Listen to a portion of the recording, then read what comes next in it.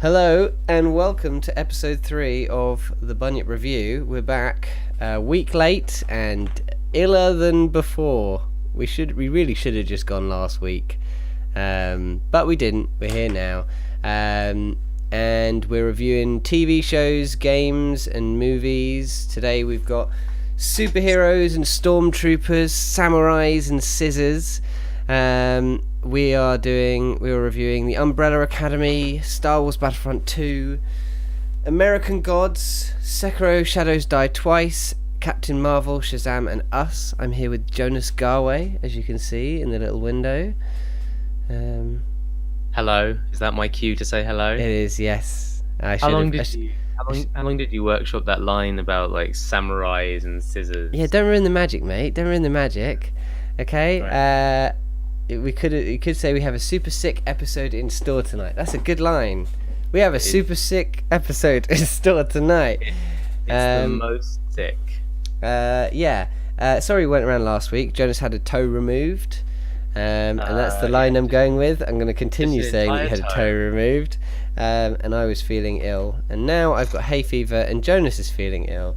I've got a toe. Oh, God, please don't. Please don't put that up on stream. No, we're getting that feet audience. That feet audience, good. That's what I've always wanted. We'll put it in the title. Okay, well, we should just get on with this before one of us keels over and dies. So, banned for abuse of terms of service. Is no feet in the terms of service? I know you can't have male nipples, but I don't know about feet. So, first up is me this week, and this week for TV I am talking about The Umbrella Academy.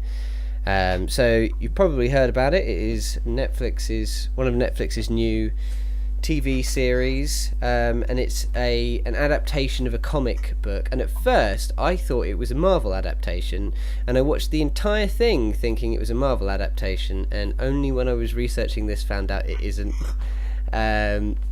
Because I was going to go for like a Disney theme where I talked about Battlefront, Captain Marvel, and Umbrella Academy being like all Disney properties, but apparently it's not.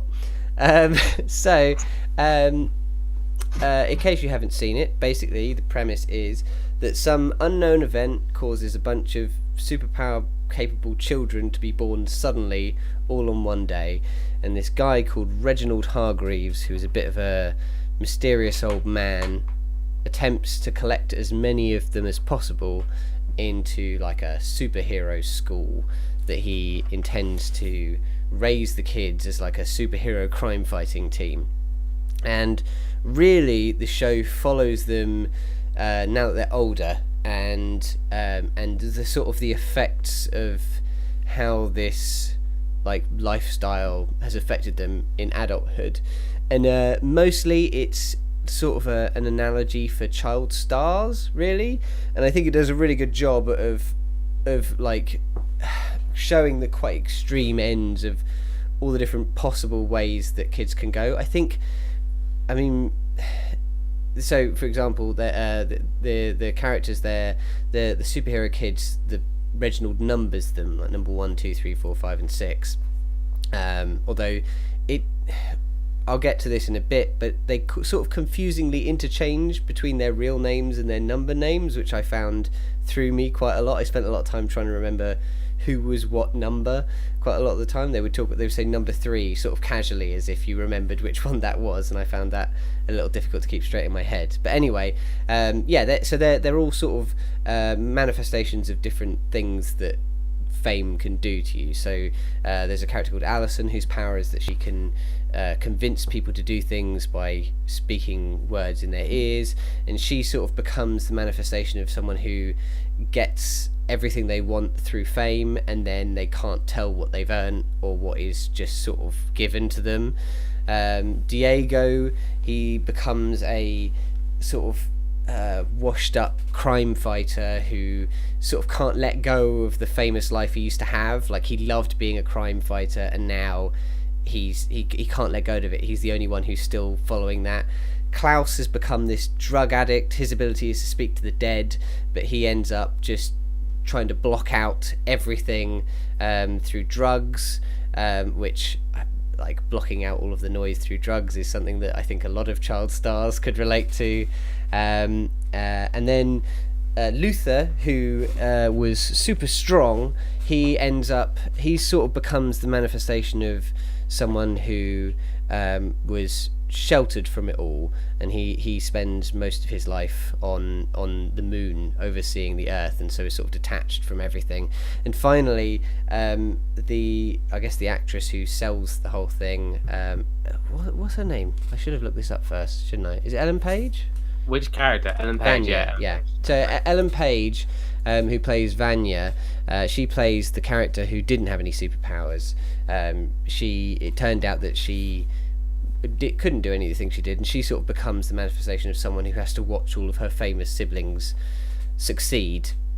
That's sort of the main plot, and then there is this other plot which follows in, which is these assassins which are hunting the final child who went missing at the beginning of the show. And these assassins are great because they, despite being assassins, sort of become the normal people. They find their job very mundane. They treat it like a day job. Like they talk about it like, oh god, our benefits are being cut. Oh god, we're staying in shitty hotels. Oh, what a humdrum job. Despite the fact that they are assassins hunting down superheroes. I've sort of started trying to break down my stuff into pros and cons, so to make it a bit more easy to focus. I think the good things about this show I found was that it wasn't super hand-holdy in its storytelling.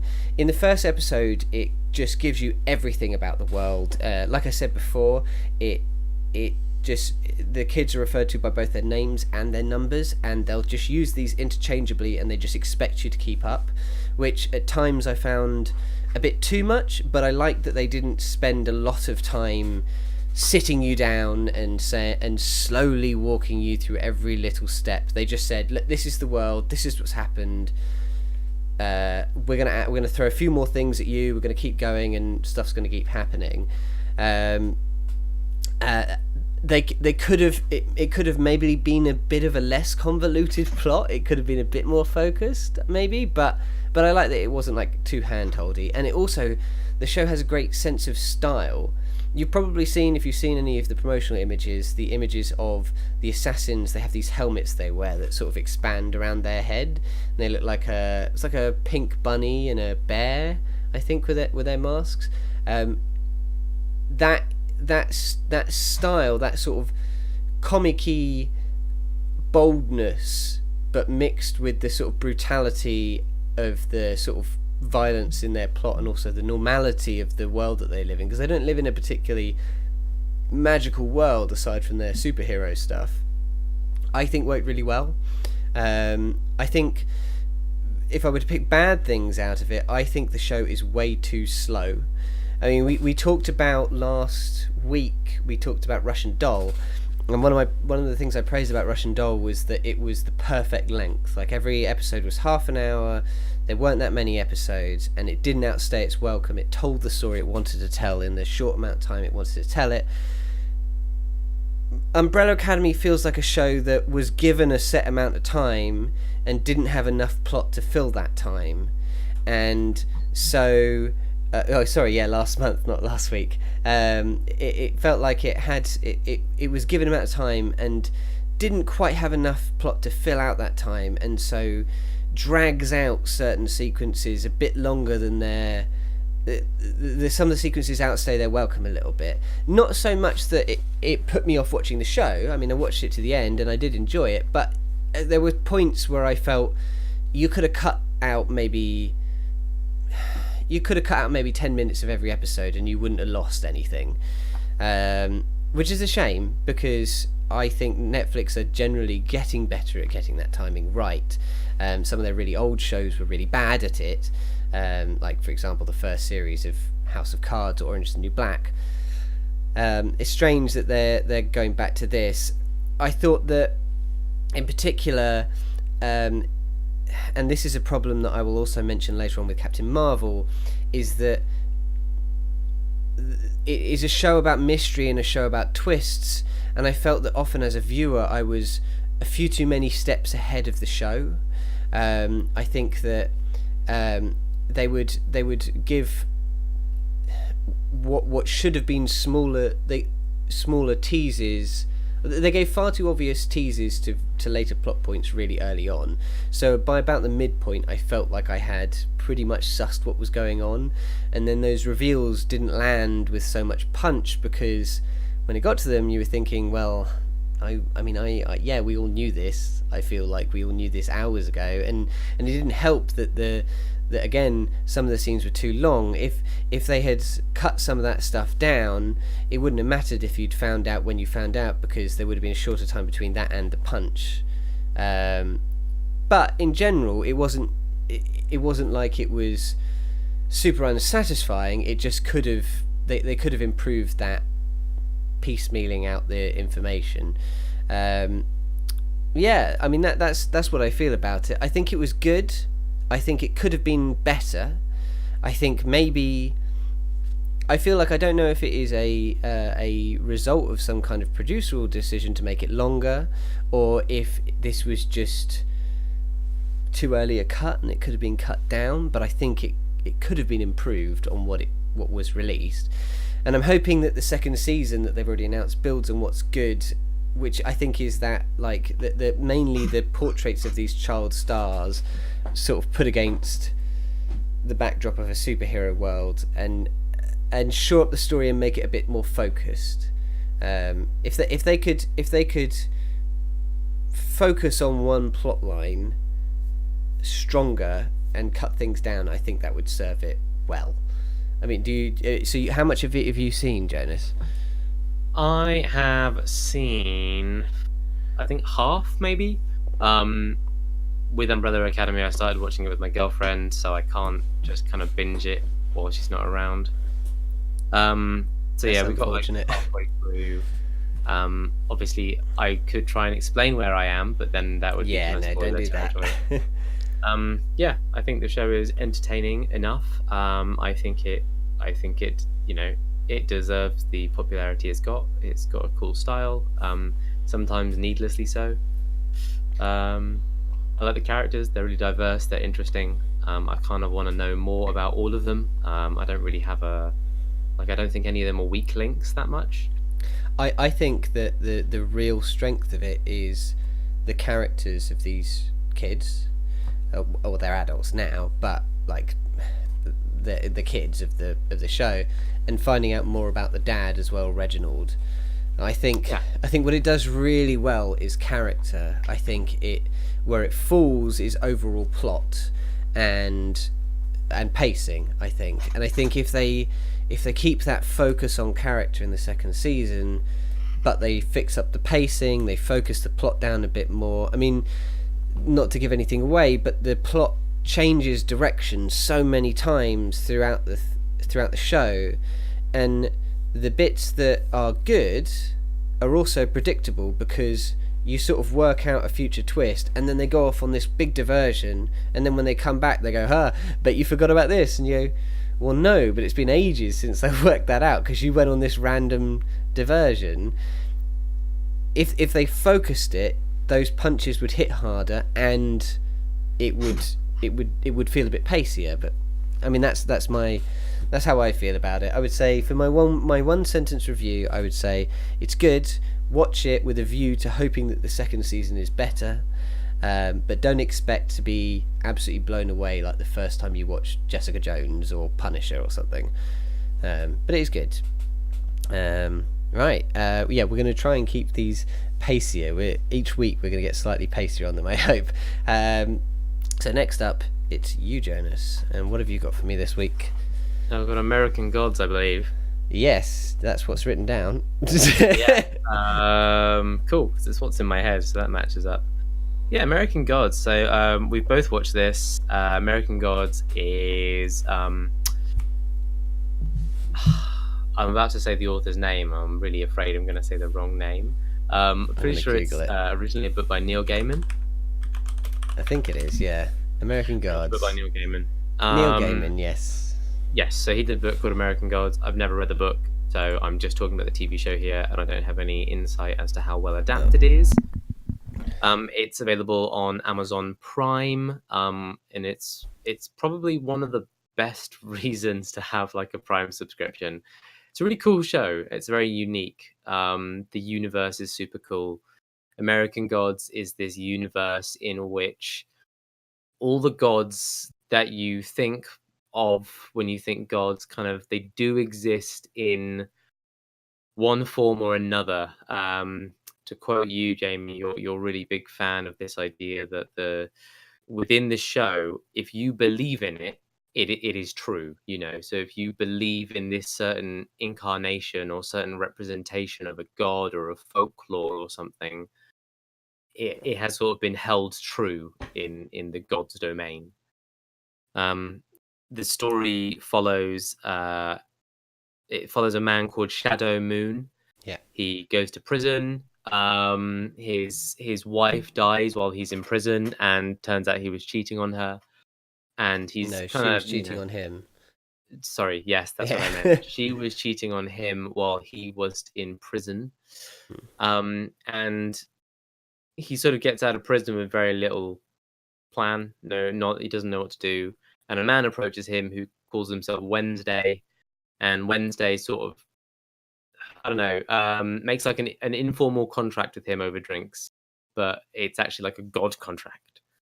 And they go on hijinksy adventures together. As the plot unfolds, we learn more about Wednesday. We learn that he represents he's part of the old gods, and there are new gods, and the new gods are things that we're quite familiar with, like the internet and technology and media, and surveillance and things. And the old gods are exactly what you think of when you think of old gods. They're sort of Norse mythology, religious, or sort of folklorish in their nature.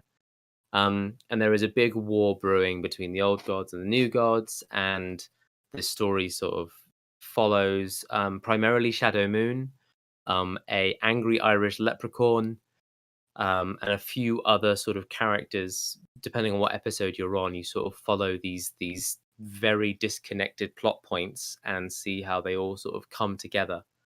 Um, I think in terms of the writing, I sort of talked to a few friends and they said that it doesn't directly follow the book. Like I was mentioning characters and they were surprised to hear that those characters were getting any screen time. So it sounds like there's quite a bit of artistic liberty. But I think the writing's a lot of fun. I think the characters are a lot of fun. I think it really kind of plays around with audience expectations. You know, you spend a very long time trying to figure out who Wednesday is, and you kind of know it for a long time. So, you know, when it does do the unveil, it's more of a visual spectacle than anything else. But it is still And satisfying, I think. yeah. No, Yeah. I was quite satisfied. Especially because that was then combined with the scene with the God of Easter, which was really fantastic Mm. and quite like I mean, it was apparently it was the scene that ended the season, but it didn't feel like it because I just went on to season two and I didn't Yeah. feel like there'd been a big transition. Yeah, so season two is currently coming out at the moment, every Monday. Yeah, so I don't. I feel like there might be one episode I need to watch from this week, but otherwise I'm up to date. Mm. I think you get to see all these cool gods. Like you get to see like Anansi, the spider god. You get to see I can't remember the Egyptian god's name, the lady. But you see like an Egyptian sex god. You see a spider god who dresses really well. You've got like the god of death and I don't know leprechauns and dead people and even like you've got Eastern European sort of folklore and gods in there as well. Yeah. It's a really interesting mishmash of sort of characters who have like interesting motivations as to why they still want to be relevant. Some gods choose to adopt technology, so they sort of join the new gods, but it's almost like they get their own Facebook page. Like that's an example that doesn't happen, but it's almost like these gods get an online presence or a new technological presence that allows them to sort of adapt what they were known for in the past, Yeah. but they're trying to remain modern. They're trying to remain, you know, like Sort of adapting those beliefs to a modern system. mm, mm, Like the like yeah. I would Uh, say so there's Argus, the god of surveillance. Um, yes, Before he was this god of, I guess, like foresight, this god he's like of, the many-eyed god, and then he yeah, becomes surveillance. Yeah.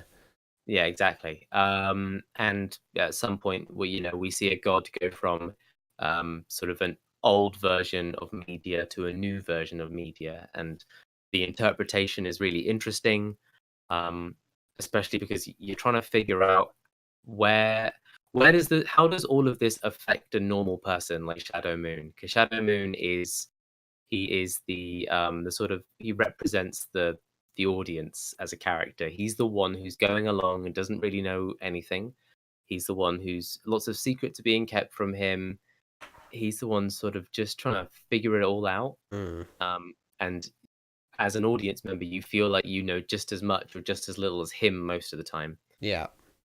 Um, in terms of like major positives, there was a particular scene where you see a group of gods commune in a room where they get to sort of unleash their form, as it were. So they're Oh, not that's a just great scene. humans. Yeah. They look like the gods that you think that they are, and the visuals on them are amazing. Like, you've got like this sort of one of like the many-faced gods of a religion that I'm not going to make the mistake of saying the wrong one. And you can see like all ethereal, how her face is like split in three ways, and how a spear that she's holding is being held by like ethereal arms.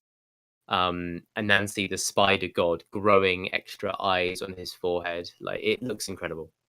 One of the things Um, I really love about it is that sort of abstract painting feel that the scenes have. I mean, we talk about the pace in Umbrella Academy, but this is a show that really uses slow pace and just falling into abstract arty scenes in the best way of anything I've yeah, seen on television. Like there's it's so much about, because obviously the plot is about feeling and believing and just feeling that something is how you're feeling, and so you have these intense scenes which are, no one says anything, it's just music and visuals of like slow motion or things fading into each other or changing colors or things, and it's just there to make you feel the way that the characters feel in that thing, not to progress the story, just to have a moment where you feel like how you're supposed to feel in it.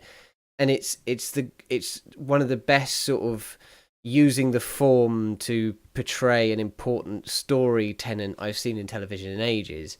Like that idea of, you believe it, you feel it, and so fuck story, fuck logic, fuck like the progression of this.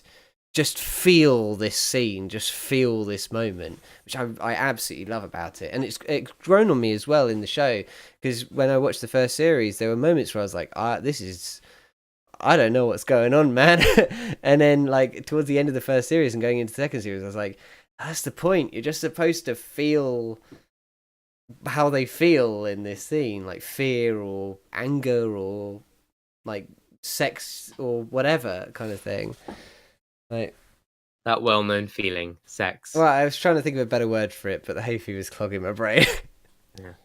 No, and just to touch on a point there, so the show does this incredible thing where you are following all the characters, you are following their story. There is a major plot that is developing, and then for the next 45 minutes of a 1 hour episode, you're just going to watch the history of this Irish woman Mm. who isn't, so she was around in like sort of, I don't know, Victorian times or something, like well before modern day era.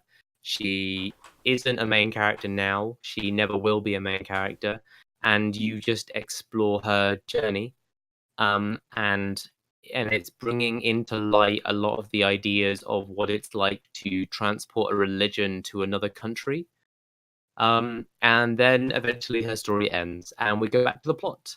And as And well, things like those amazing. like little vignettes of gods that have died, and it's Mm, just like, and you spend 20 minutes of an episode watching how a group of people worshipped God, but then they died out and so did their god, and then yeah. it's never touched on again. It's just it, Yeah, but the but whole it's scene is shot such. in such a way that you feel their cold and pain and everything, and then that's it. I mean, I think it's incredible. It's incredible format for world building. Yeah. To like rather than have a character sit in front of another character and talk about it, so that the world is built in conversation.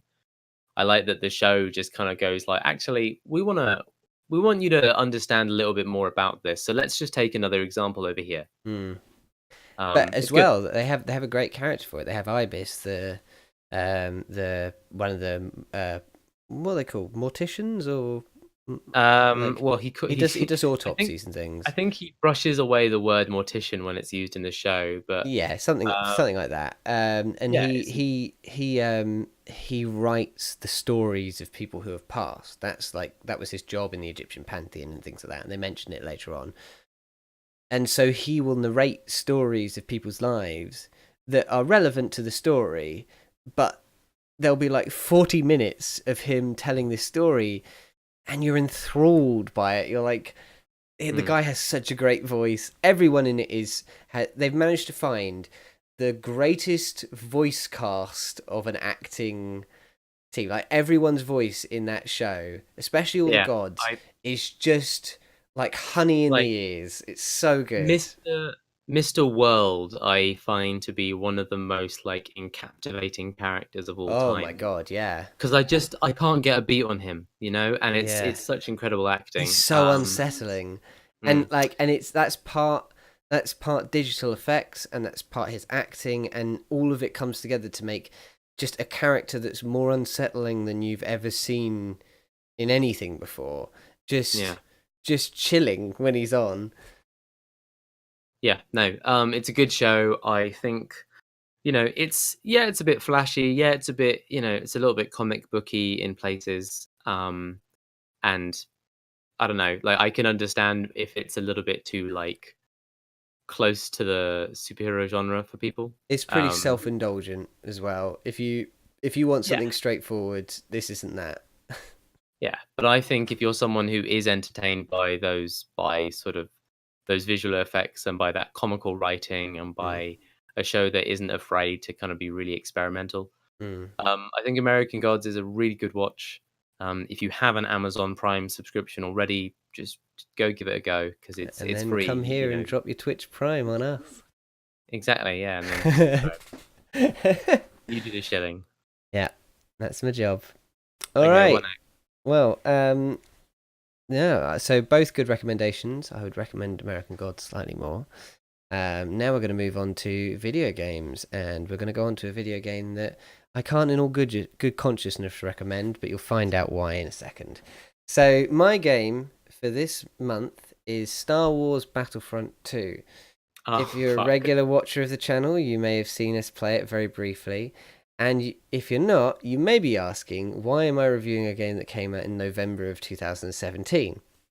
The answer is that EA had a big sale fairly recently, and it was going for £5. And I thought, well, I played the beta. It was fun, but it had some problems. £5, not a lot to check it out. A couple of friends played it. Jonas played it as well. Um, and I'll start by saying that it was worth the £5 I paid. I'll give it that. Pros or things it's got going for it, I'd say, is it looks fantastic. It's definitely one of the best looking games for a reasonable amount of graphics overhead I've ever played. I remember playing in the beta when I was playing on my old Mac, which wasn't particularly powerful, and it looked amazing despite the fact that I couldn't run it on particularly high settings or anything like that. I should probably be changing the name of this stream. I'm going to change it. Hold on. Star Wars Battlefront 2. I was supposed to be updating it with what we were reviewing, but I haven't been doing that. Um, Oh, that was a comment from Dominic last time. But yeah, so even on low settings, it looked amazing. And it still looks just as good at this point. They haven't really adjusted it in any way, but the new levels they've added have kept up this sort of amount of visual fidelity. And the other thing I loved about it was that it along with that visual fidelity and also the sounds, the weapon feel, and the atmosphere, it really felt like you imagined Star Wars battles would feel from the people on the ground. Like especially when you watch the new movies and you look at those scenes where people are running through explosions and starfighters flying overhead. That's how the game feels. It genuinely does feel like that, and I everyone loves the old Battlefront 2, but that didn't really feel like you were in a Star Wars movie, and I think this really does capture that. Its main multiplayer game mode, I think it's called Galactic Assault. I probably should have properly looked this up before we started, but I'm pretty sure it's called Galactic Assault. Is good. It's interesting. They've instead of just having like a head-to-head deathmatch kind of thing, which they do have, but their main mode is sort of an objective-based gameplay mode where often it'll be like destroy an important site or capture a point or something like that. And this this feels good because it feels like if you're just getting stomped, it'll be over quickly. But if it's an even battle, those objectives feel like you get a little bit more push, you get a little bit more further. You don't feel like you've just been shut out at the door kind of thing. And it also helps with that Star Wars theme because it keeps up sort of a semi-story kind of thing. You don't feel like you're just a bunch of nameless rebels fighting a bunch of nameless stormtroopers just heading off and then eventually dying off. You feel like, oh, we're defending the bunker. Oh shit, they've gotten through the door. Oh shit, like Anakin's come through with his lightsaber kind of thing. It really does feel like that. And the combat in the game is genuinely fun. Like, trooper to trooper combat feels balanced across the board. I never felt like I was ridiculously outgunned by anyone apart from the new ARC troopers in the new game mode, which I'll get to in a minute. But in general, they did. And the hero characters feel extremely powerful, but they also don't feel like they show up so much that it breaks the game. They feel like they're as powerful as they should be, which sort of adds to that feel. If you see Darth Vader coming down the hallway, you know you're fucked. Which is how I would feel if I was a rebel in Star Wars. I would feel like, oh shit, I'm going to run in the opposite direction kind of thing. I'm not going to be the hero here. And it all fits into that thing in a way that doesn't necessarily feel like... I didn't feel like I spent all of my time at the end of a lightsaber blade, basically. But the cons are, it is still buggy as hell, which is fucking awful for a game that came out in 2017. There is sound bugs, there is multiplayer queuing issues. Luckily, not too many graphical bugs, but there's a lot of like various bugs that just really shouldn't be in there at the moment. There's also a pretty much a lack of meaningful progression, which makes it hard to keep motivated to keep playing. There's only a few weapon choices. I think there's 4 choices per class, and there's only 4 main classes. And they're locked behind massive numbers of kills. The main customization comes from these star cards, which don't really feel satisfying. And even in the beta, I remember saying these are the worst part of this game. And luckily, they removed them from the loot boxes, which is good. But so it felt less pay to win. But they still weren't a great way of doing customization. And I generally felt like the cosmetics that you could spend the coins on, because they removed all like actual upgrades you could buy with the money after the big falling out at the when the game first came out. So it just became that all you could spend your money on was cosmetics, but the cosmetics felt both uninspiring and kind of out of reach. Like everything was so expensive, and even when you bought it, the majority of skins were just like a stormtrooper with a slightly different paint job, or like there was nothing really that you would go, oh my god, I desperately want that, apart from young Lando Calrissian, because that was the best skin in the game. Yes. They have been trying to do the Hitman thing of roadmaps and content updates, but really the only thing that I could see that was particularly added, and that was actually like I think last month added, was this Capital Supremacy mode, which we played a bit of. It was okay, but it wasn't particularly game changing. It was fairly unbalanced. It felt like the clones were a lot better than the droids, and it was pretty much co-opting an old game type from Battlefront 2, but just doing it slightly worse. And the worst thing about it at the moment is that it just doesn't seem to have the player base. Even with the sale that was on, I tried to play Capital Supremacy this weekend. Bear in mind, it came out last month, and I couldn't get a game. And it doesn't have a server browser, which a game at this point in its life cycle, which is still doing content updates, probably should have. Instead, you have to just pick a game mode, you sit there, and you just watch a number saying how many players until you fill the lobby. And you've got no idea if people are playing these game modes. You can't see how many people are in a particular Ewok Hunt server or Capital Supremacy server. You just gotta fingers crossed, and that I think is pretty much suicidal for a game this late in its life cycle. I mean, there are a bunch of game modes that just don't have any players at all, and it makes the game feel really small with just a bunch of like empty warehouse space that like you go in and you go, oh, Galactic Assault is fun. Yeah, I think I've had my fill of that. Oh, look, there's like 6 more game modes, and every one of them is just an empty room because there's no players. And that's Yep. really bad and could be solved with the server browser, and I don't know why they haven't done that other than trying to keep people in your ecosystem or anything like that. I would say it was worth the £5 I paid. It is definitely not worth full price at the moment. It might be if they added in a server browser, but even then I don't know if it definitely would be. But if it continues to lose players the way it does, and they don't make any efforts to fix it, I would say that the lack of content and the lack of usability means it's probably not even going to be worth the £5 soon. And I feel like this moment where they had a massive influx of players from the sale probably would have been the moment you'd want to market as, guys, it's fixed from the beta. It's actually working now, and I don't know if they'll get another chance. Really, I mean, you've played it a bit. What did you think, Jonas?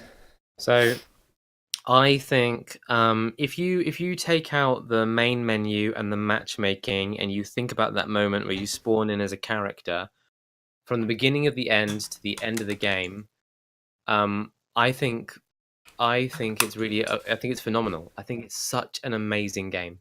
Once you're in there with players, once you're kind of fighting the other team and you're getting your points and you're spawning in as a Wookiee, and then you're saving up enough points and you're spawning in as a Jedi and you're getting in a speed crafter. I think the music, the design, I think the sound design, I think like the voices you get over the radio informing you of important events on the map. I think just like when I say sound design, like how those blasters sound and what the droids say when they're taken out or they spot an enemy, I think it's all like lends so powerfully to the dream of playing Star Wars. Mm. I think it's absolutely like it's a really great game when you're in there. Everything that is built around the game is what makes it fail. I think the menu sucks. I think the matchmaking sucks. I think the development sucks. I tried to play these other modes and I never got to play Heroes versus Villains, which is a mode where you basically exclusively get to play Jedi. I never got to play the Ewok Hunt But because I I mean, couldn't find it's weird anyone as for well. it. Like if you look at the Reddit, there's loads of people talking about how much they love Heroes and Villains. Like they talk about it as if it's like the number 2 game mode behind the Galactic Assault. But I've never been able to get a game of it going. Yeah, And yeah. and if and, And and it's I and it's not like I have time to sit in a lobby and just fucking wait for people. and it might not be a case of there being enough players, but it's definitely a problem with the matchmaking. The fact is if I could boot up Battlefront 2 now and be in a game in a minute, and that's like as in just the game boots, I click play, I'm in a game. Just kind of it's almost exactly what you see coming out now with games like Apex and Fortnite, where they're these games that they're fun because you're in. As soon as you click that button, you're in and you're playing the game. I think Battlefront 2 would be miles better if we could just get that jumping experience. Well, the problem Um, is that because it's that Battlefield idea of the big 60 player battles, or I guess 30 versus 30 battles kind of thing, mm, and that doesn't work on the scale of like three people drop in and play a game, or six people drop in and play an Overwatch match, or kind of thing. But that's what server browsers are for, so that so that the community can like squash into smaller servers, or they can see if people are actually playing heroes and villains before they sit in the queue, kind of thing. Part of the reason I think no one's playing heroes and villains is not because they don't want to, but because they don't want the process of sitting and waiting to see if anyone will turn up. Yeah. No, So, and there's that's no what's way of fine. knowing. There's no little indicator that says high popularity or something like that. It literally just, there's a button, you click it. Who knows if you're going to get a game? You could be waiting for hours, kind of thing. Yeah. It's such a stupid way of doing things. No, I completely agree. Otherwise, it is fun, but there's other things I could be playing with less Yeah. hassle. Yeah. Well, I think that's a good way to put it. There's other things you could be playing with less hassle. So okay, we're going to move on to your game. Steltic, you said, when are we starting Titanfall 2, which is in the same sale? I mean, when we get time, I'm sure we'll be playing some Titanfall 2. Maybe at some point I can do another retro review. We've played one game, haven't we, We together? played an evening of it, yeah, and Yeah. I think I'd be up for playing more. I'd love it if I could play the campaign co-op, but I don't think you can. No, I played a little bit of the campaign a few weeks ago, but Yeah. anyways, But yeah. yeah, we might do some more of that at some point. Anyway, we're going to be moving on to Jones's game this week, or this month, which is. So my game is Sekiro: Shadows Die Twice. Mm. So that's your prompt to update the title. Oh yeah, Thank you. Don't worry. Sekiro At Shadows. some point, we're only on episode 3. By episode like 100, I'll have this down. Yeah.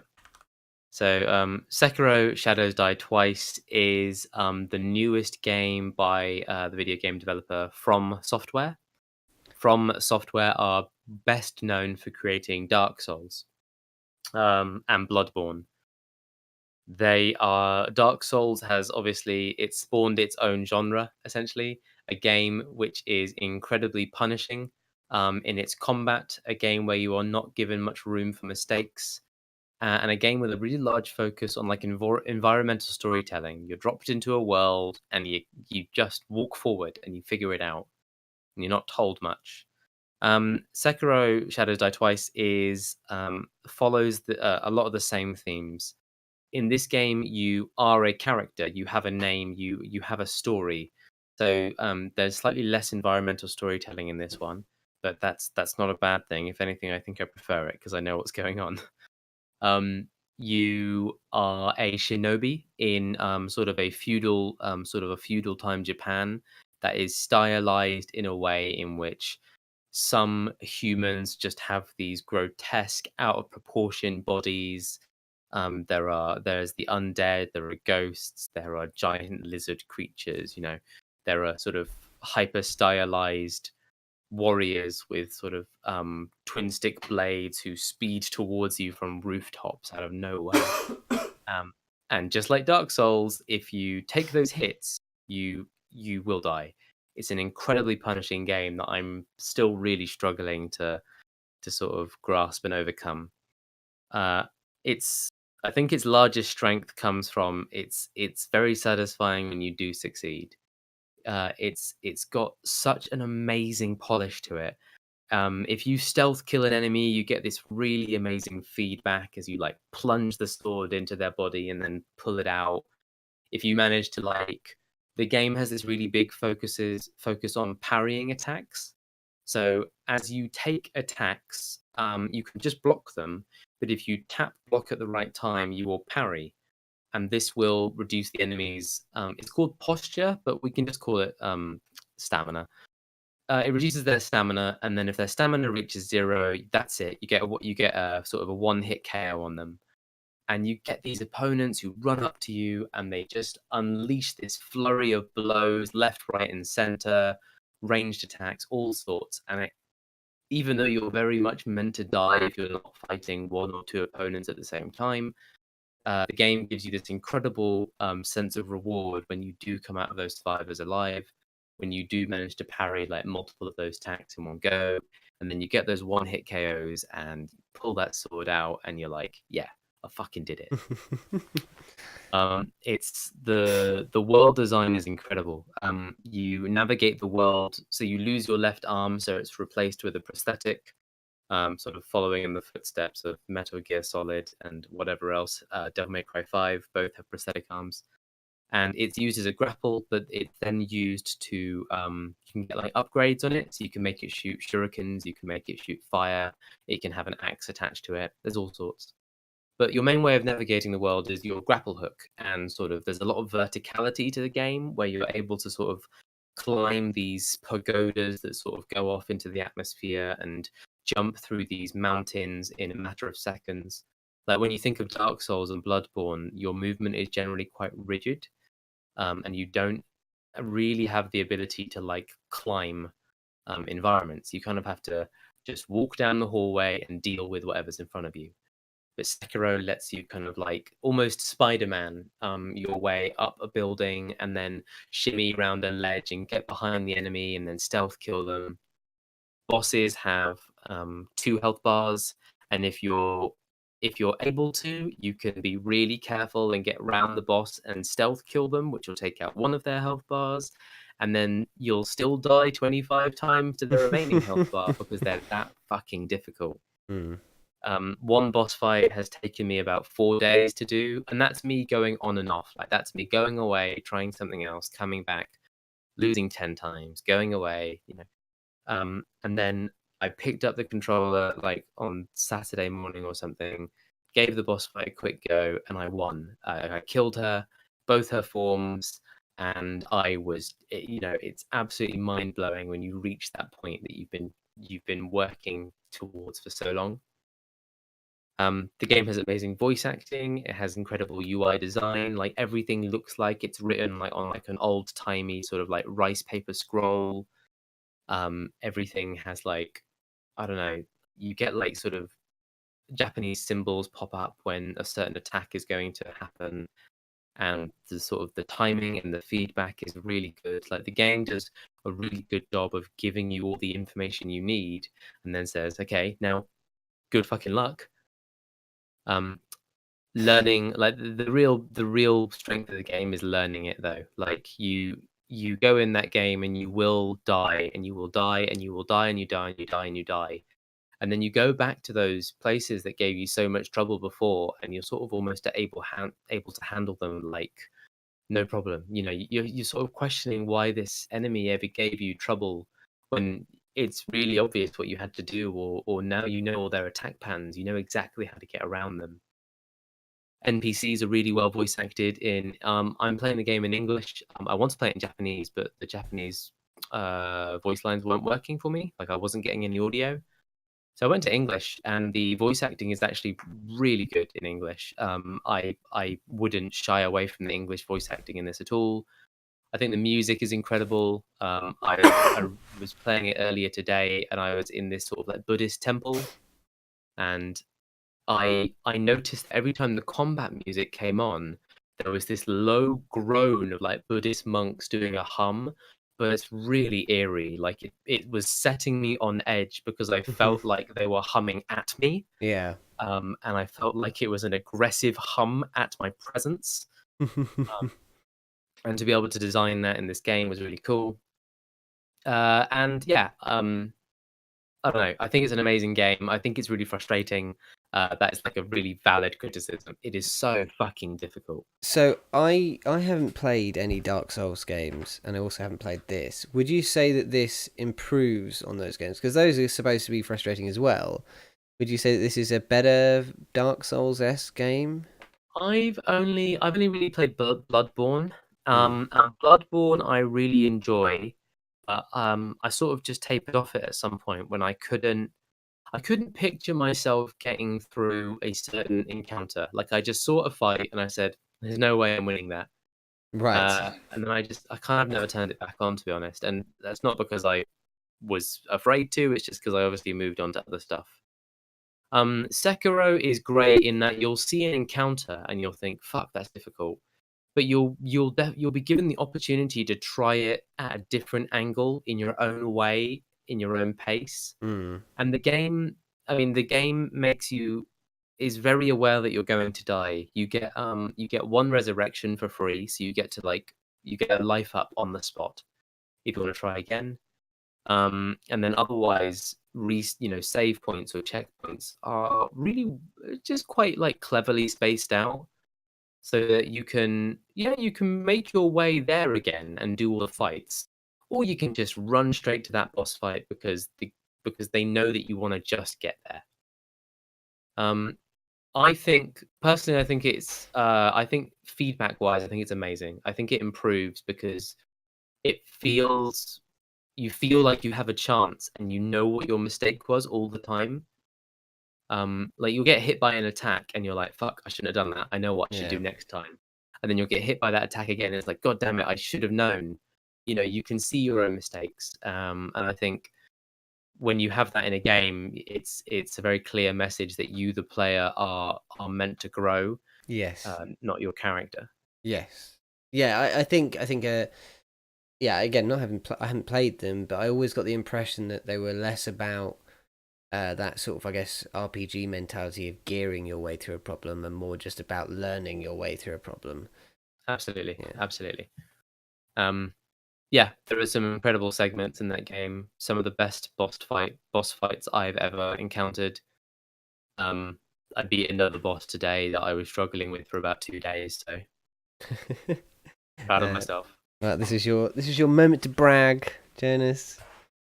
Yeah, it doesn't feel like bragging because now every boss fight that I know about at the moment I can't beat, so I've got to spend another 3 days on those. Okay. Well, what's your one sentence sum up before we go to the break? Sekiro Shadows Die Twice. Sekiro Shadows Die Twice is an incredibly immersive ninja simulator experience. Okay, good. Cool. All right, we're going to go to a brief break while I grab myself another drink. And then when we come back, we'll be doing movies. We've got Captain Marvel, Shazam, and Us. And then we're reviewing Me, Shivajiraje, Bosale, Boltoy, which was our random film from last week. I have no idea if I'm pronouncing any of that correctly. And then we'll be picking another random movie. So stay tuned for that. We'll be back in a moment. See you in a bit, guys.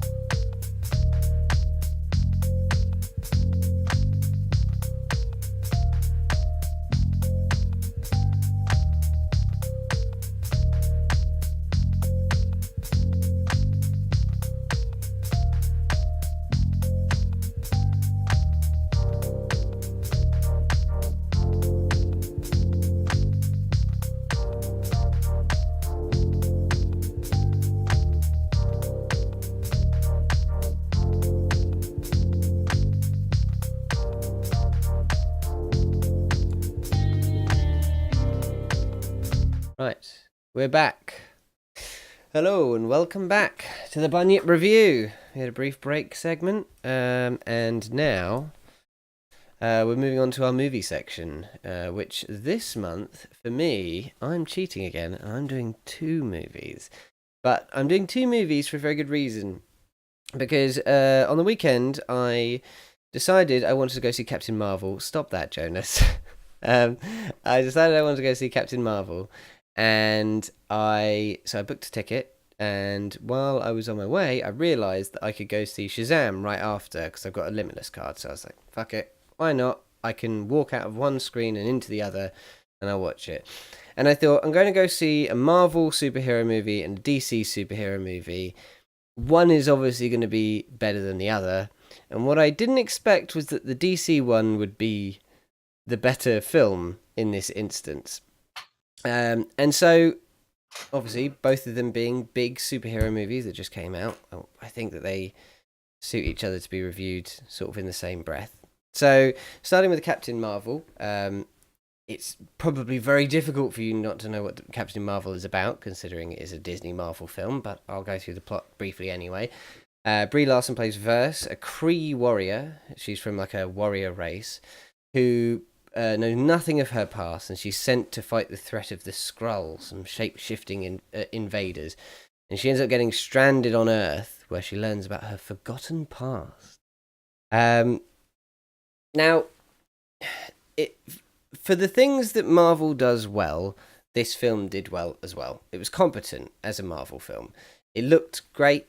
It had that nice mix of Marvel have this theme of like stuff set on Earth is quite grounded colours, like the Iron Man stuff is quite metallic and grey and cold things, whereas like the space stuff is really bright and colourful, like Thor, Ragnarok and things, all like vaporwavy-esque colours and things like that.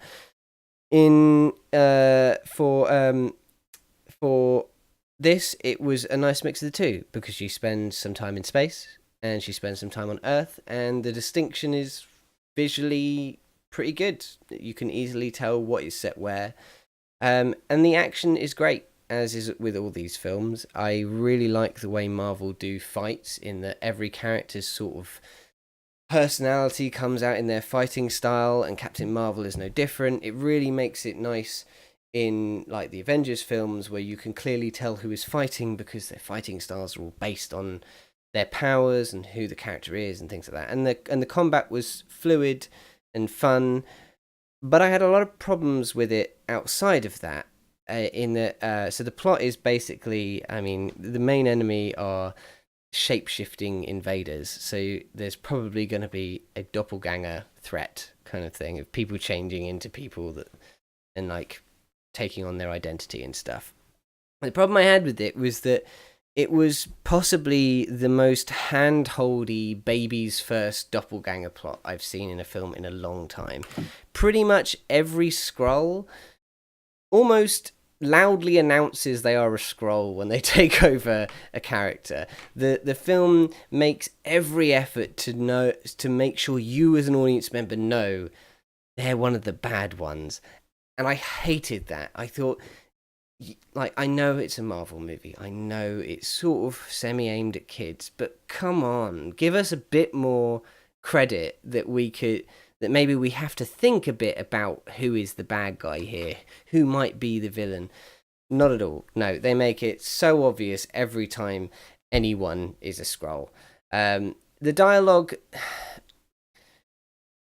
Marvel have sort of fallen into a formula where everyone sort of talks in witticisms, and everyone's quite witty and cutting and kind of thing.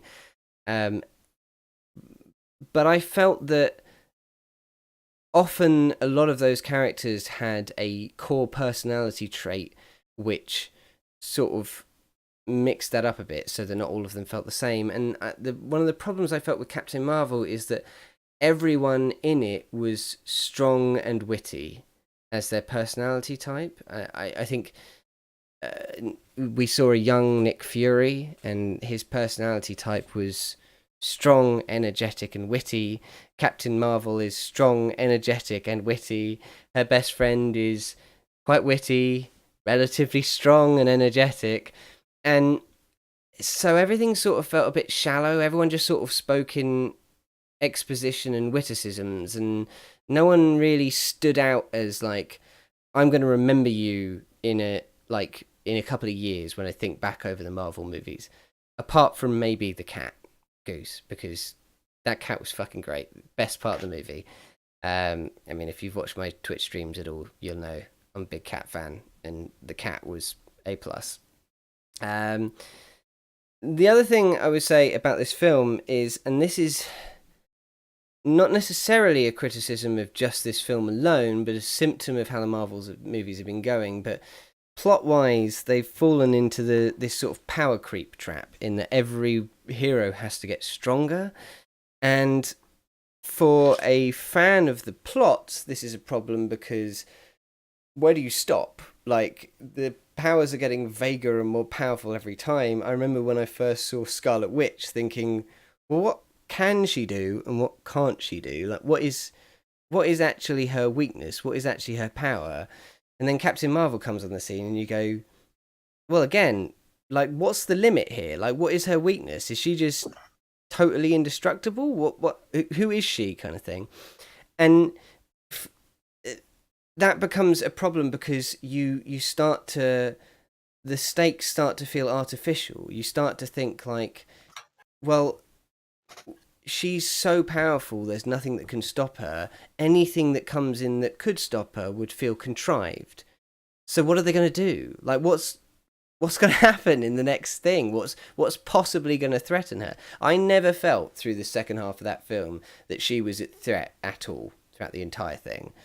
But apart from the fact that you obviously know that she's in Avengers, literally they showed an Avengers trailer before Captain Marvel that showed her in the trailer, so you know she's going to make it through. It just felt like there was no threats to her at all, really. I really felt like this felt like a transition film, a bit like the Captain America First Avenger, the first Captain America film. It just felt like a movie that was supposed to get her to where she's supposed to be in the Avengers. And fine, they want to do that, it makes money, fair enough, but it's not going to be one of the Marvel movies I remember in a few years. It's not going to be Iron Man, it's not going to be Thor Ragnarok. It's going to be, oh yeah, there was that Captain Marvel film that got her there, kind of thing. On the other hand, I went into Shazam thinking, well, you know, it's going to be goofy. The trailer looked kind of funny, but I like Zachary Levi, but let's see.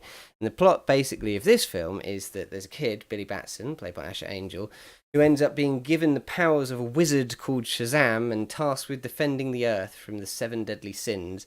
And he's able to transform into a superhero, played by Zachary Levi, but the power sort of goes to his head. And I loved that this film, they're setting it in the same universe as the really bad Superman and Batman movies and Justice League and Suicide Squad. It is part of that canon. But unlike those films, it doesn't take itself seriously. The problem I had with those films was they were just dragging their feet, drudging, like taking itself so seriously. Like, this is a real grimy, horrible world.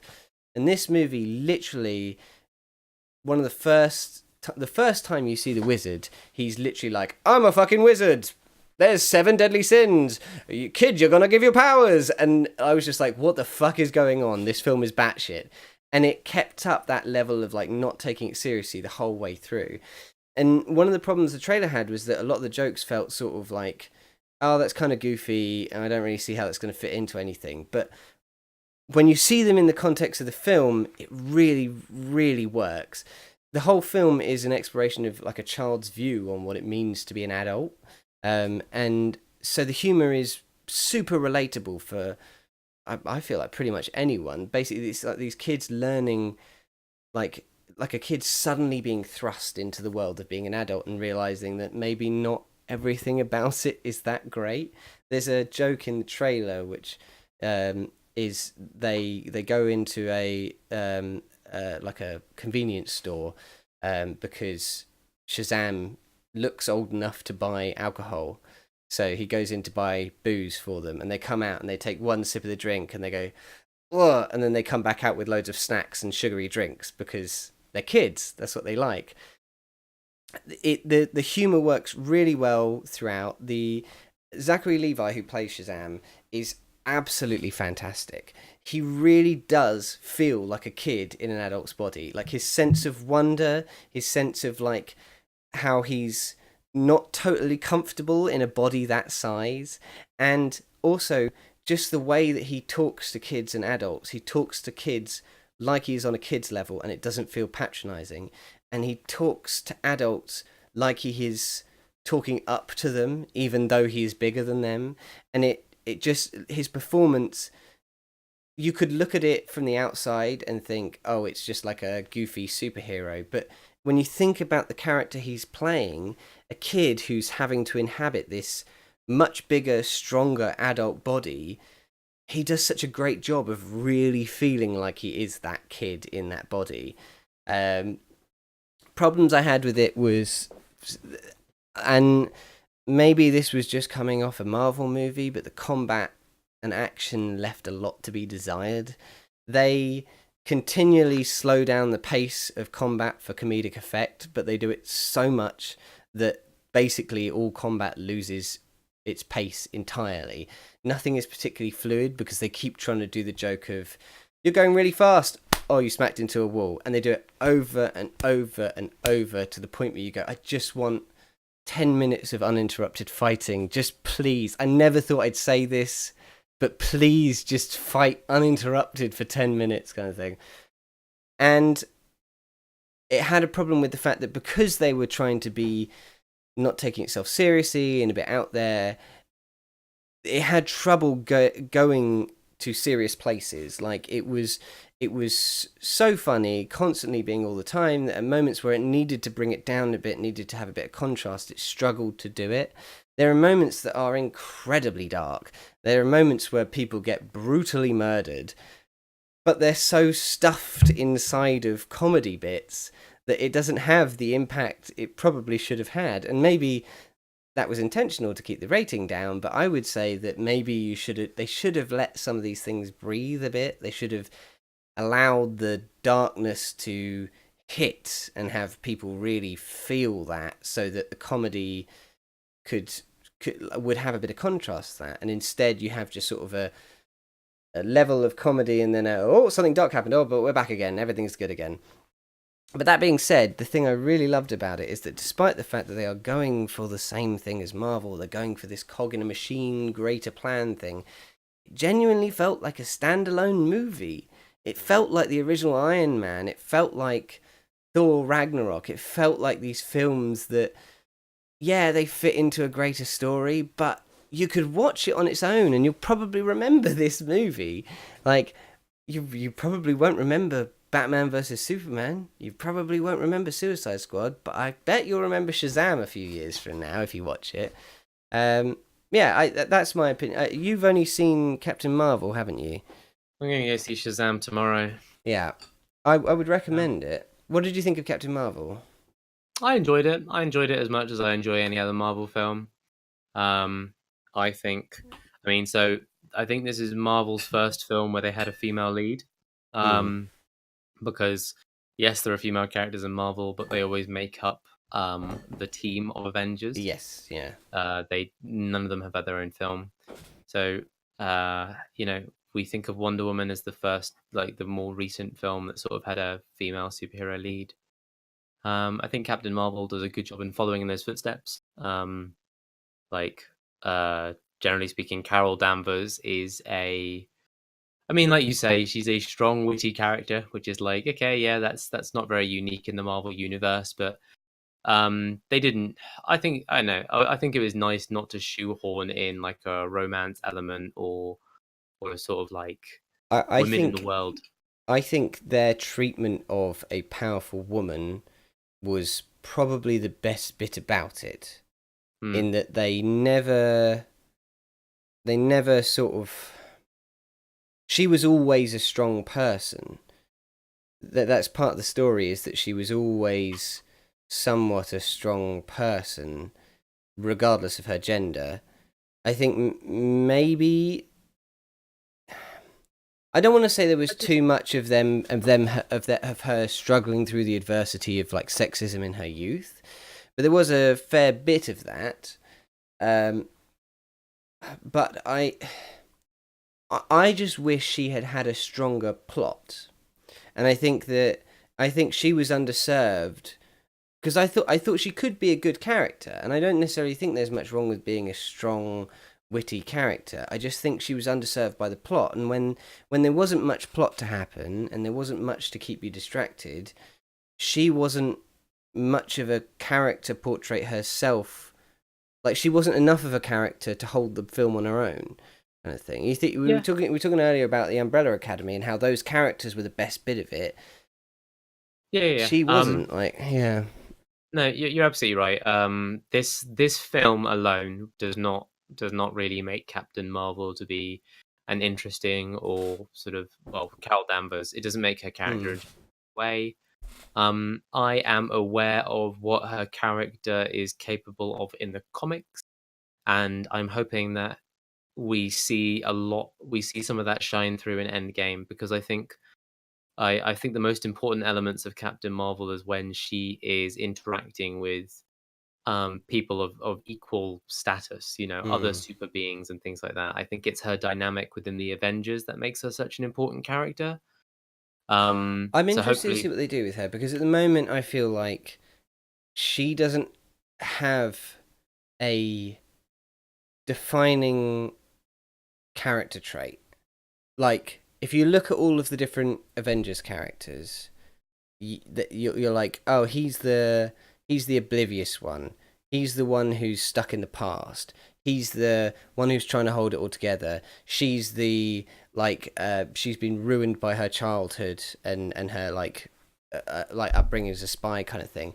And Carol Danvers, I don't know what you'd say about her. I don't know yeah, what you'd say about Captain Marvel that gives her a character trait that no one else has, kind of thing. yeah, She's sort of that blank slate that Superman is, but with like a slight bit of wit, which would make her stick out in the DC universe. But she doesn't. But like everyone is witty in the Marvel universe, so like yeah. yeah, I think time will tell on that one. yeah. Looking forward to seeing Shazam tomorrow.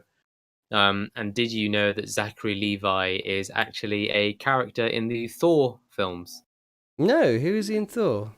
He plays a super minor Asgardian called Fendel or something like that. Yeah, But he's got a named he's named as a Marvel character, I which just means we'll remember never him from Chuck. Did you ever watch Chuck. Chuck?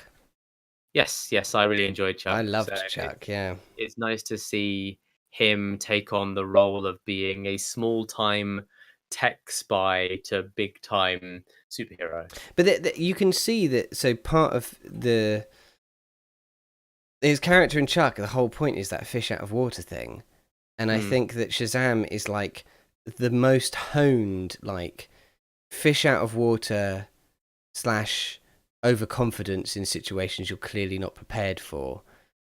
And I think there's a reason you don't see Zachary Levi in most things because he's really good at like one thing, and that's the overconfident guy who's totally underprepared for what he's doing. yeah. And Shazam is that. And I'm kind of worried because they said though that they've already announced a sequel. And I'm kind of worried about the Oh, sequel because obviously, as you can imagine, by the end of the film, he's got his feet under him. He's understanding what's going on.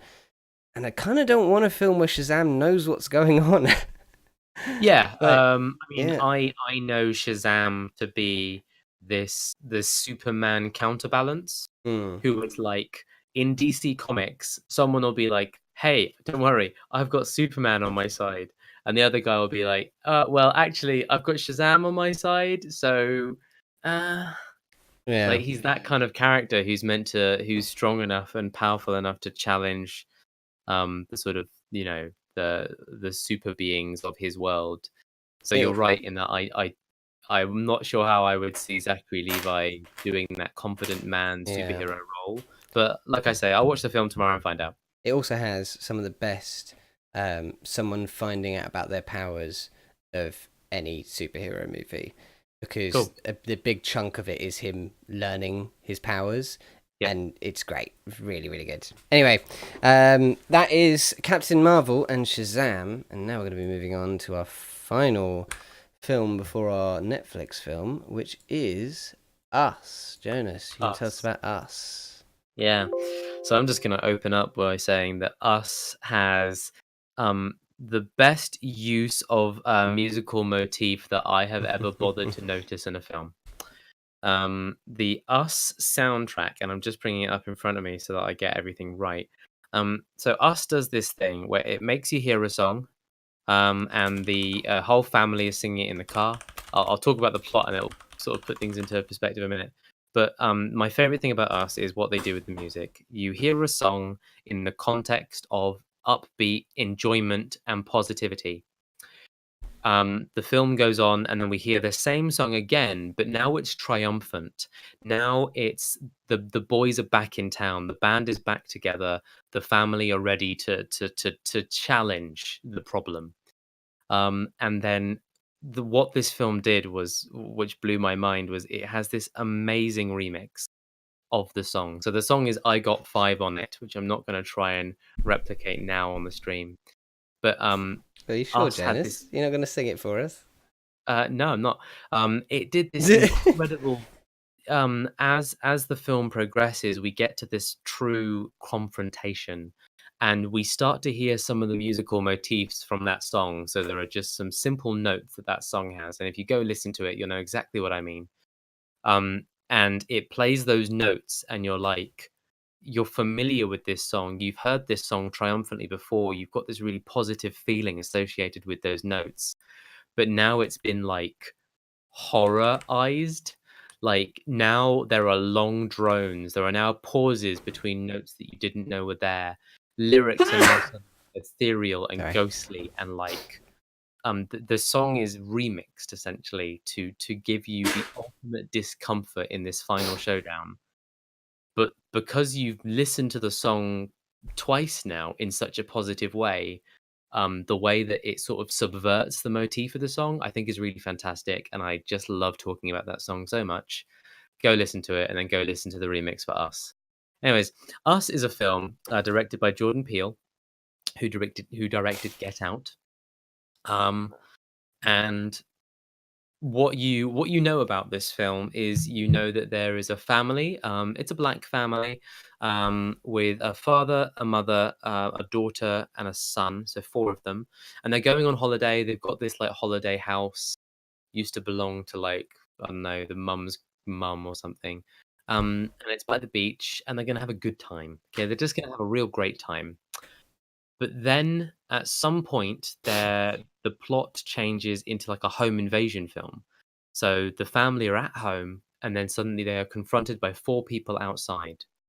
And when they eventually break in, we discover that those four people are doppelgangers. They are the same, they are the family, but they're like evil versions of the family. And they're all, they're not perfect doppelgangers in that they all seem a bit there's something off about them. Their movements are weird. Um, what dialogue they can manage is extremely stunted. And it's not quite clear what their perception is. Like it's not quite clear what they want. It's not quite clear what their intention is. And as the film escalates, we sort of explore this story of the doppelgangers and how is this affecting not just the family but sort of the environment around them, and what happened to make these doppelgangers sort of want to confront themselves essentially. And as a horror film, I think it's all right as a horror film because for me I didn't feel too much fear. I felt there were some moments that made me really uncomfortable, and there are some things that the characters do. Um, so the daughter has her own doppelganger, and the way, like, when you watch the daughter in the film, she's the most normal teenager you've ever seen. She's just so vanilla as a teenager comes. But then you see her doppelganger, who is the same actress, and the way that she contorts her face, the way that she smiles, the way that she moves, and stops and starts, it's all just entirely like, I don't know, it really puts you off. It's really unsettling. And that is true for almost all the doppelgangers in terms of like their physicality and their movement and their sort of like choreography. They are just creepy as hell to experience, especially when you know the family, you know who they are, you know what they originally are, and so to see them twisted like this is really quite, off-putting. The acting Um, is probably the best bit of the whole thing. The directing is incredible. Every movement looks like it was like choreographed. mm, Just every single part of every movement in the whole thing. yeah.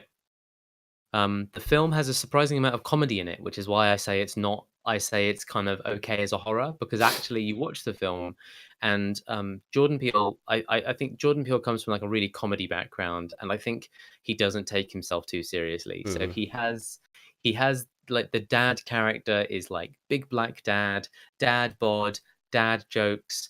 Like his kids get out the car and he's like he just like does a dab in front of them, and he does it with the explicit purpose of embarrassing his daughter. He and he kind of like he very much embodies like the sad dad, the dad, the dad who's just trying to make his family have a good Mm. time, and he wants them all to enjoy this holiday.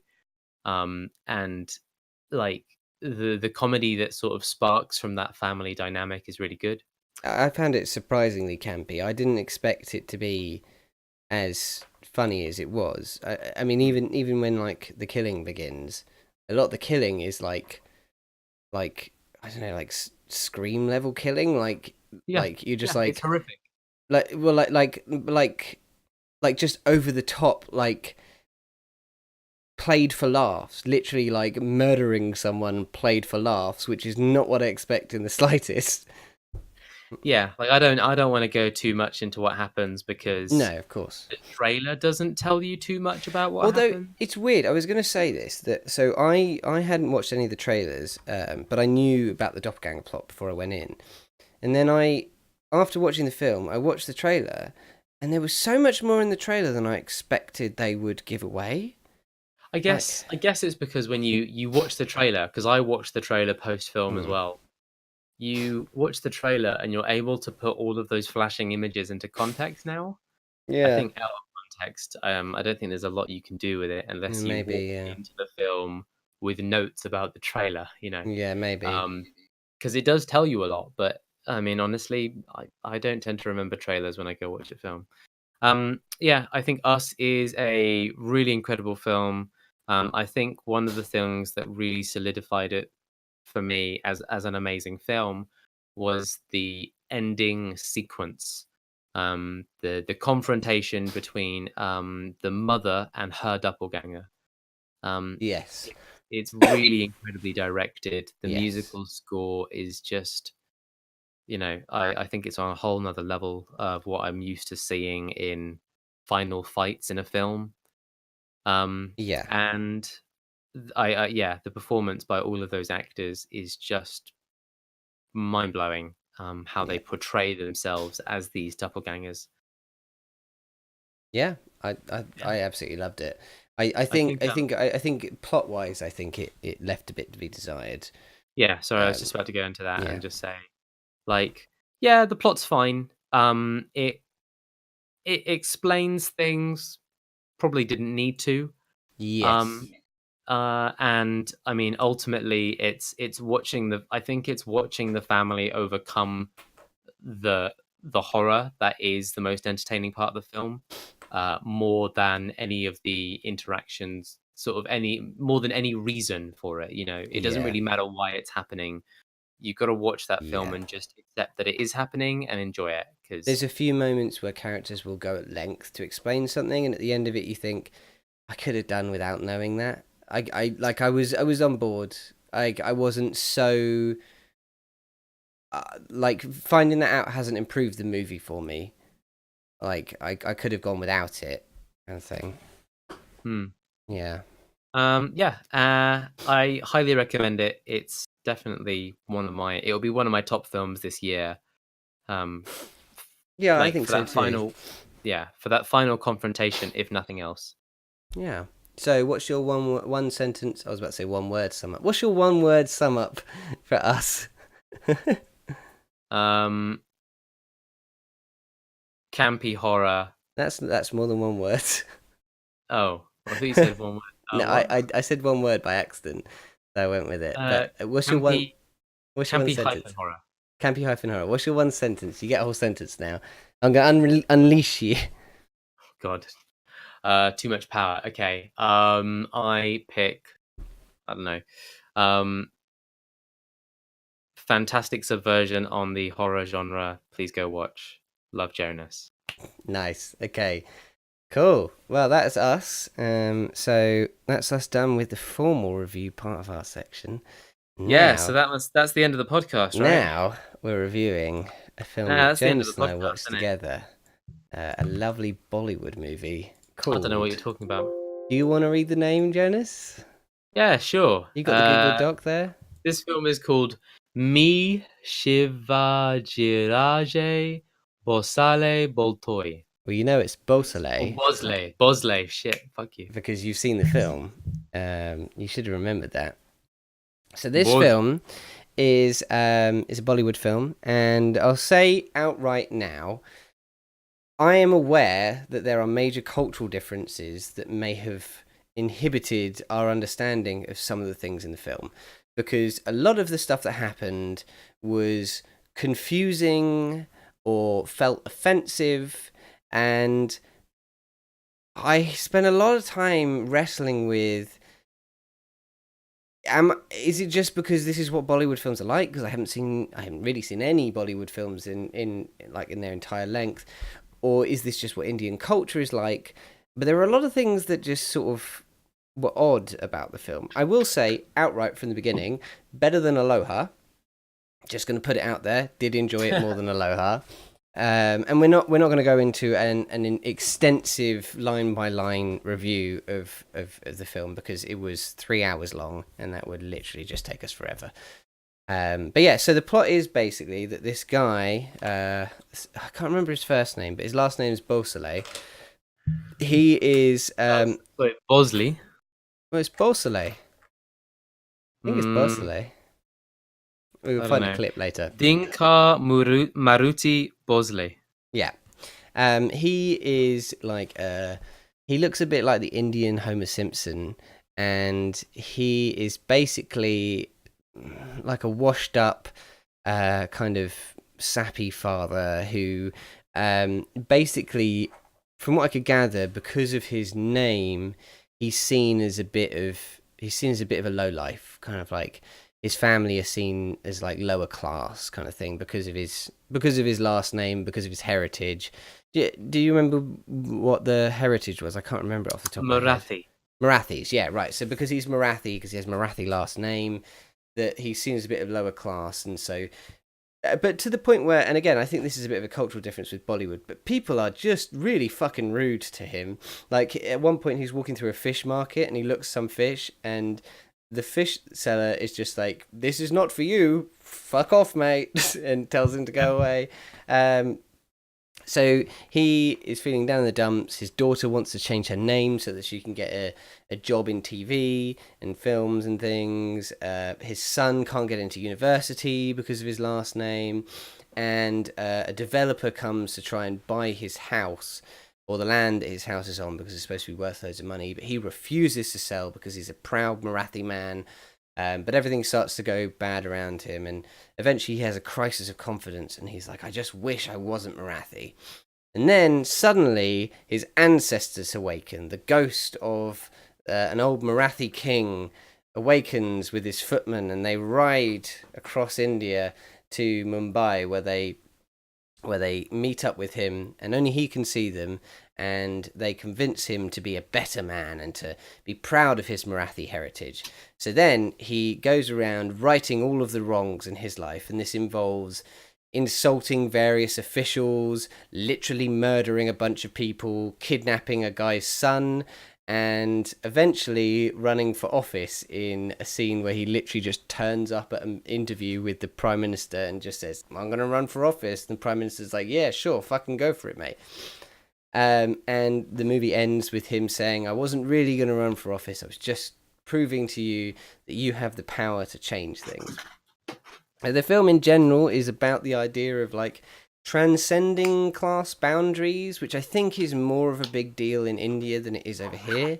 Obviously, we have problems with class systems and stuff, but I got the impression that in this film, purely by his last name, people would like pick him out and say like, "You are a Marathi. There's no fucking way you could do anything."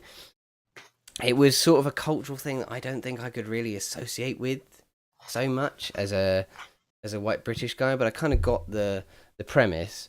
Um, it was it was sort of meandering as a plot goes. Would you agree with that, Jonas?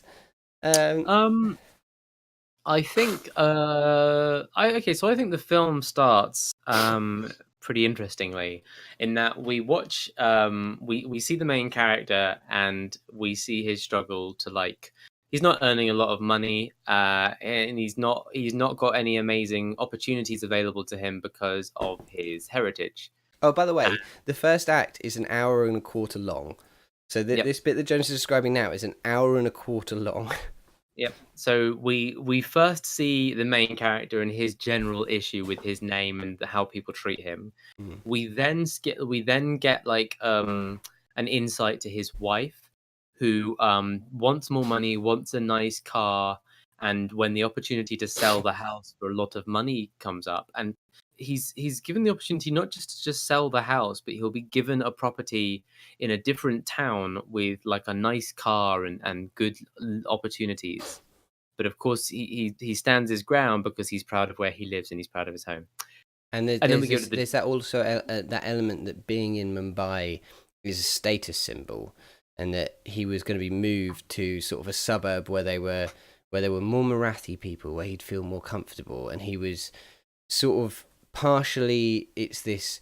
I'm better than that. A Marathi can do whatever he wants. I can live in Mumbai, and partially, I'm kind of ashamed of my Marathi heritage, and I don't feel I belong in a Marathi ghetto kind of thing. I think I belong here in Mumbai with the successful people with the right last names kind of thing.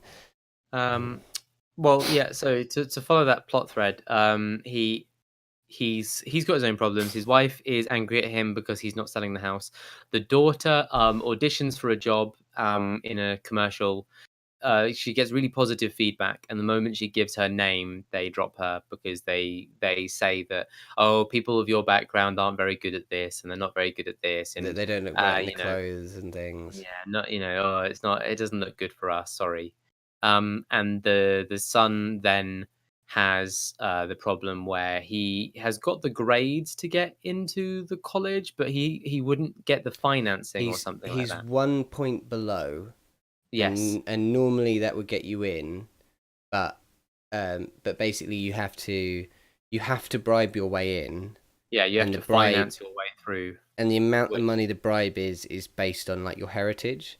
So if you were from a good family, it wouldn't matter if you're like 40 points below, it would be a cheap bribe. But because he's from a Marathi family, that 1 point means the bribe is way too much for the family to be able to afford. I do like that there's sort of the morality aspect is not that there is a bribe at all, but the amount of money of the bribe, which shows something about Indian culture. They're like, yeah, of course you're going to have to bribe, but we can't afford that kind of bribe. what was it? I think the word that they used was like um upkeep or something, like the Yeah. upkeep of the course. Anyways, so the film does this interesting thing where it sets up four problems or four the problems of four people. Okay, then the main character um angers his ancestors by saying, "God, my ancestors must have done horrible things for me to have this fate." We're like an hour into the film by this Yeah. point, by the way. So then the ancestors do the horse and they ride over and they pick him up in the middle of the night and they slap him about and they tell him to be proud of his name. And I'm pretty sure we watch a musical number about how great his No, king no, was or that something. comes later. That's Oh, after fantastic. his second crisis of confidence. Thanks. And then the plot goes on to solve his four problems, and I think that as a plot structure is pretty fine actually. Hmm. To establish four problems, to have a change, to have some change implemented, and then to to fix those four problems is it was a fine plot. Um, what it chooses to do after that is it chooses to escalate, and it escalates into he's still not selling his house. We'll get a hitman on him. The Basically, we'll get a greatest gangster. character. This guy is so good. Jamie, do you wanna say his name? I do.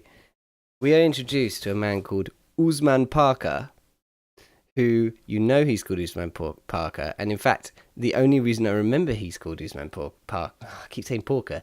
The only reason I remember his name is Usman Parker is because he says it in every scene. Yep. He literally every scene he's in, he says Usman Parker, points guns at people. I'm Usman Parker. So there's a point where the narrator he's being introduced. He shoots a guy in both his kneecaps. He gets dragged away, and the narrator goes like, "This very dangerous man is Usman Parker." And It's as well, like- that scene is fantastic because we've had a blood-free film. Like, it's been quite like, it's basically all just people insulting each other. That's pretty much the entire film. And then we get to this one scene and Usman Parker's introduced. He's flailing a gun around, shoots a guy in both kneecaps. And we were like, what the fuck has just happened? This movie has just, like, gone up a level. Yep. Yeah. So then the film proceeds to have a hitman who walks into the main character's house, makes some threats, says they've got 17 days, walks out, and then He the fires next a day, gun twice in their house as well. Yep, just in seemingly random directions. Yep. And then he walks off, and the next day, or maybe later the same day, because the timeline is fucked, hits the son of the family with a car, who only survives because a ghost chased him on a horse and grabbed him out of midair at the last moment. Yeah. And then at this point, the main character has a challenge, like his faith is challenged. His second crisis of confidence. Yes, he is shaken, or shook. Because he says, if me living up to my Marathi name is gonna kill my family, it's not worth it. And the ghosts are like, it definitely is. Yeah, the ghosts say, "We fucking kill people. Why don't you bitch?" So at that point, the main character just decides to walk to Usman Parker's house and tell Usman Parker that Usman Parker's son has been stolen and he's broken both of his kids' legs. And if Usman Parker doesn't back off right now, he'll fucking kill the kid. He'll decapitate him. At which point Usman Parker has a change of heart. He starts crying. He gets down on his knees. He promises to never look at Bosle's family ever again. And then the son is released, absolutely fine. He has some balloons and some candy. He was never harmed in the first place. It's a really interesting way of making your hero sympathetic, where you have him literally kidnap a man's child. Uncorruptible. Uncorruptible. And then they get kidnapped, I think, by the guy who wanted to buy the house, and they get tied up in a warehouse. Yeah, so his family, that's it. All of them get kidnapped, don't they? Yeah. Yep. And then Bosley has an ancient vision of the king hiding in a box, of his ancestor hiding in a box to get away from a situation.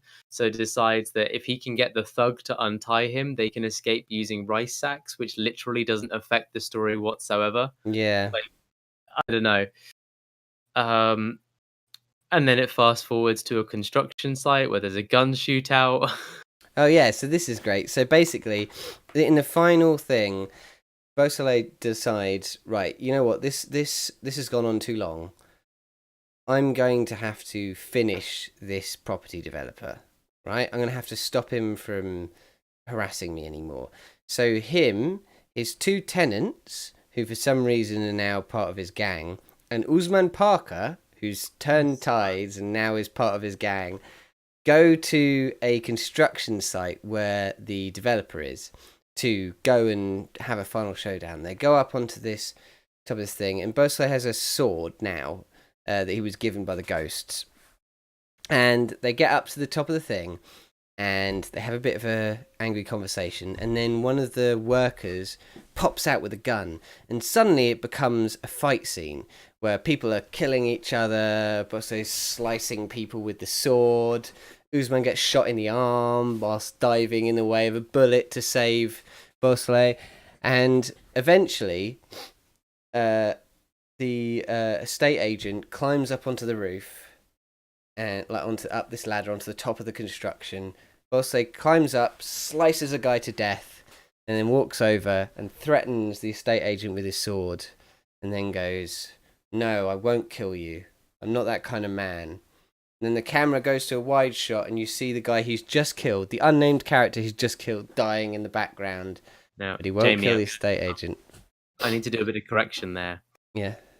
Bosley doesn't climb up the ladder to chase the construction man in that last bit. He appears as if he has leapt 15 feet Oh into yeah, the that's air, it. Yeah. and then slashes the Achilles tendon of this random worker. Like, he jumps in the air, just slashes a guy's heels, and then when we see that wide shot, we just see that guy on the ground with blood leaking out of his ankles. Yeah. And It's pretty brutal.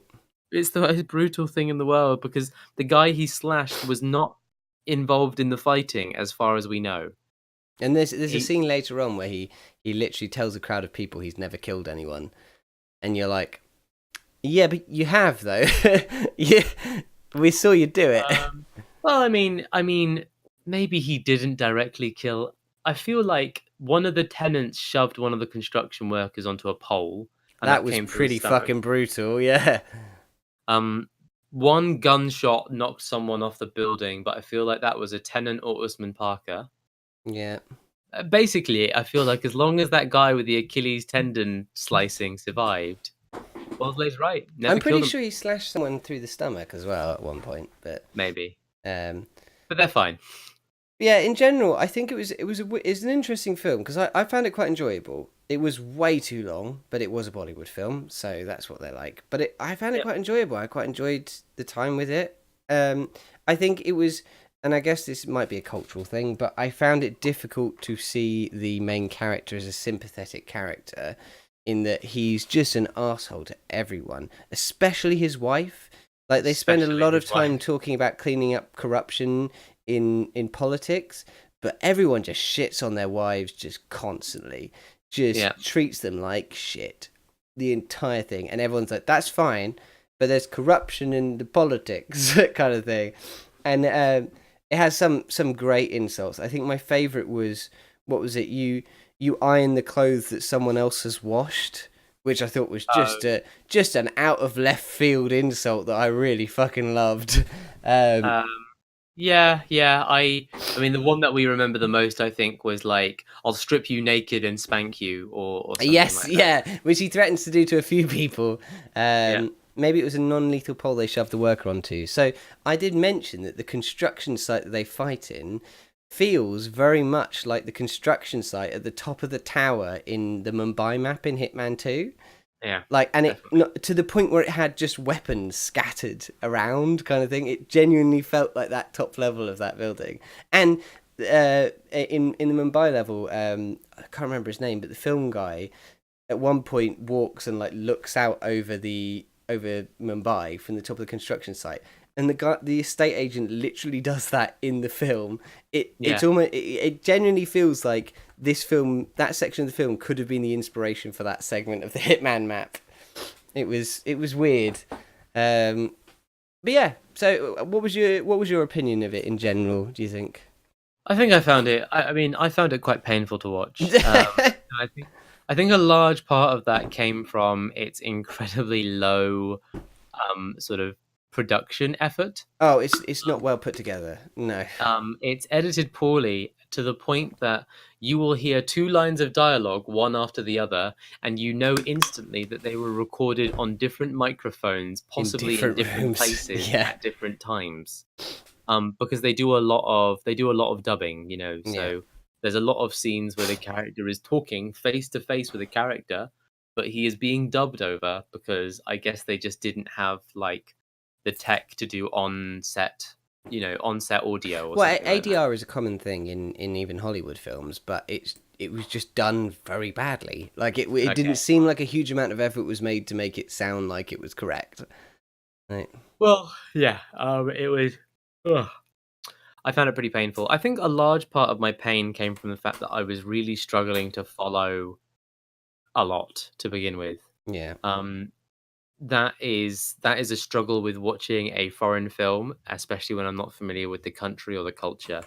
I don't. I'm struggling to grasp names. I'm struggling to grasp like local sort of local slang and things like that. Like the idea that this guy was a Marathi. I think it took me a long time to understand if that was his name or if that was like the area that he lived in. Yeah, I think that was, we did spend like the first maybe half an hour of the film thinking, why is everyone just shitting on this guy Yeah, constantly? And after a while, we were just like, oh, that's just it's like a cultural thing. Like yeah. his And family line is yeah.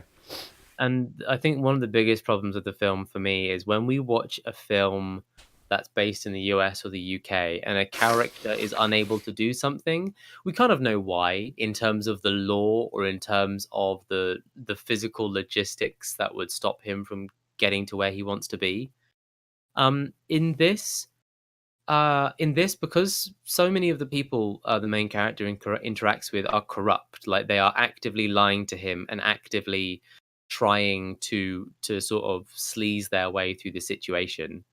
I found that there were all these scenarios where it was just like, oh come on, just do something else, or Mm. he's obviously lying, you can find a better solution than that.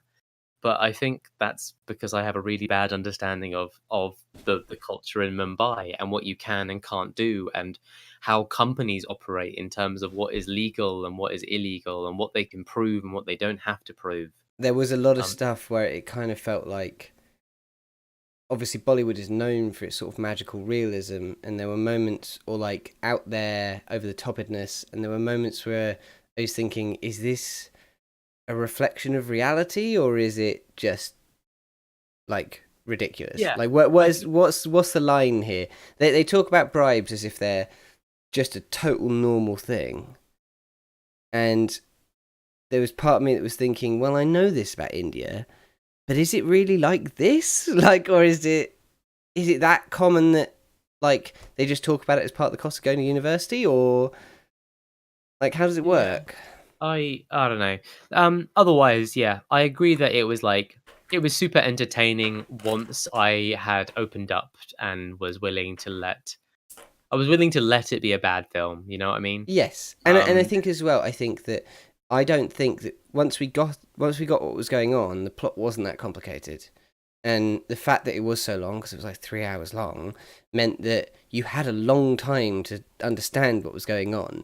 Once you got he's getting revenge for all the bad things that happened to him. It's like okay, cool, right? Yeah, I get it now. Like we just watch the yeah, funny man do the funny things, kind of thing. Yeah. yeah. I wouldn't recommend it to anyone. unless you were desperate to watch like a long Bollywood film, because it's the only long Bollywood film I've ever seen. Well, we'll leave it at that, and we're going to move on to the random film for next month. Oh, I Now, forgot about this. Yeah. so I'm going to let you pick a number this time. I will tell you now. I've already selected the films, the 8 films. You get to pick between 1 and 8, Jonas. Yeah. There is a Bollywood movie in there. Okay. So, I pick number one. okay. So we are watching Live and Let Live. Live and let live. in 2013. The picture is of a cow. This documentary examines man's relationship to animals and the choice of some to embrace veganism, including a restaurateur and an Olympic scientist. Well, there we go, people. We will be watching Live and Let Live. That's not a film. It is. It's a documentary. Okay. So, do you want to know what the other options were? Yes. So, you could have had the Guardian Brothers, an animation. Hold on. Oh, I got sneeze. I'm allergic to film. You could have had Another Forever. You could have had La Sangre de Gallo. You could have had Maine or Miss Canna, which looks like a Bollywood movie.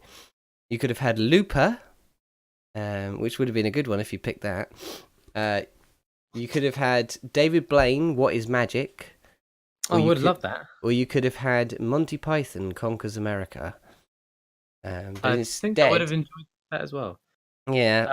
Well, did you say Looper, as in the film about the time traveling? Yes. Okay. Yeah, but instead we're watching Live and Let Live.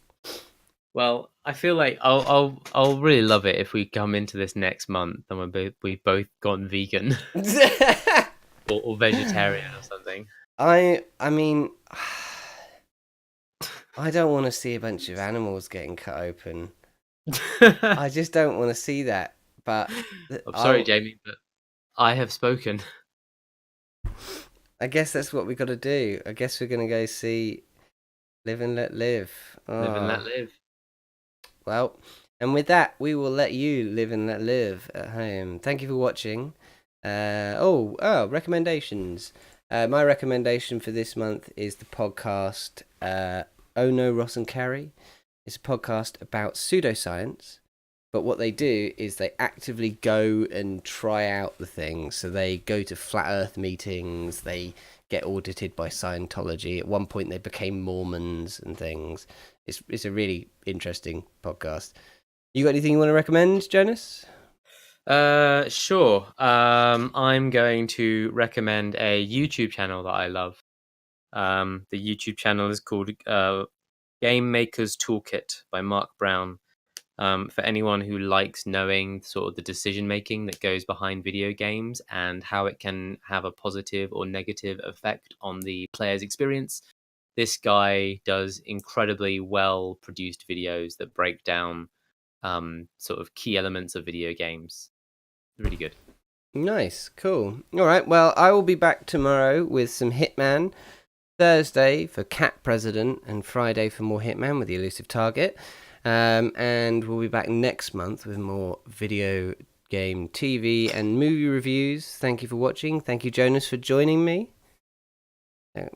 Cool. And yeah, we will see you next time. Bye. Bye-bye.